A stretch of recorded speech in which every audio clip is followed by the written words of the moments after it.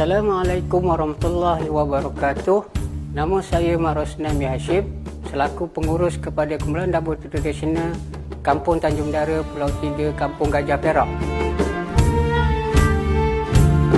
Tarian Dabus telah berada di negeri Perak sejak 200 tahun lamanya. Ianya dibawa oleh pedagang Arab ke negeri Perak. Ianya terbagi kepada 3 pecahan daerah. Daerah pertama, Bagan Datuk, Hilir Perak, Tanjung Dara, Perak Tengah dan juga Setiawan, daerah Manjung. Tarian ini dipersembahkan ke seluruh tempat.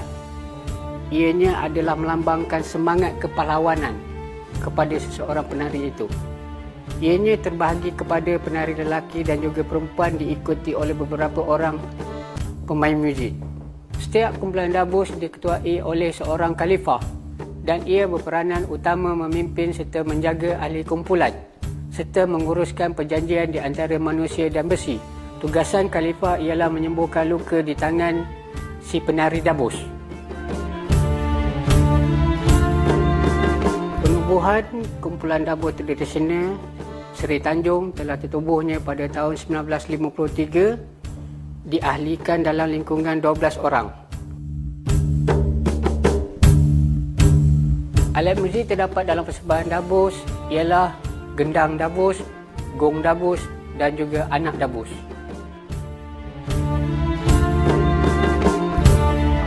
Terdapatnya 4 langkah bunga tari dalam kumpulan Seri Tanjung. Yang pertama ialah sembah pahlawan, yang kedua langkah lirik, yang ketiga helang sewah dan yang keempat lompat tinting.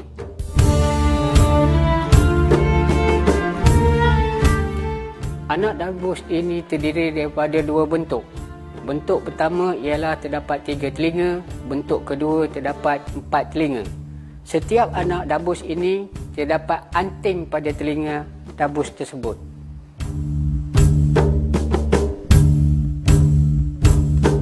Pencapaian kumpulan Dabus Tradisional Seri Tanjung bermulanya daripada sekolah rendah, dibawa ke peringkat universiti, dibawa ke peringkat negeri, sehinggalah ke peringkat kebangsaan.